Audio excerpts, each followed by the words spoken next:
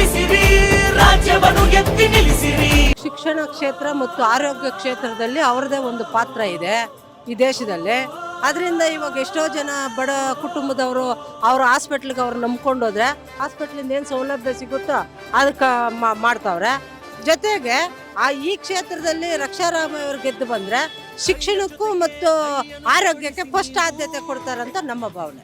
ಇವತ್ತು ಆರ್ಥಿಕವಾಗಿ ಜನ ಸದೃಢ ಆಗ್ಬೇಕಂದ್ರೆ ಇಂಥ ಯುವಕರು ಬರಬೇಕು. ಇವಾಗ ಎದುರಾಳಿ ಬಗ್ಗೆ ನಾವು ಎದುರು ಪಕ್ಷದ ಬಗ್ಗೆ ಹೇಳ್ಬೇಕಾದ್ರೆ ಮೋದಿ ಅಲೆ ಅಂತ ಹೇಳ್ತಾರೆ. ಅಂದ್ರೆ ಜನರಲ್ಲಿ ಪರಿವರ್ತನೆ ಏನು ಆಗಿಲ್ವಲ್ಲ 9 ವರ್ಷದಿಂದ ಅವ್ರು ಬಂದು.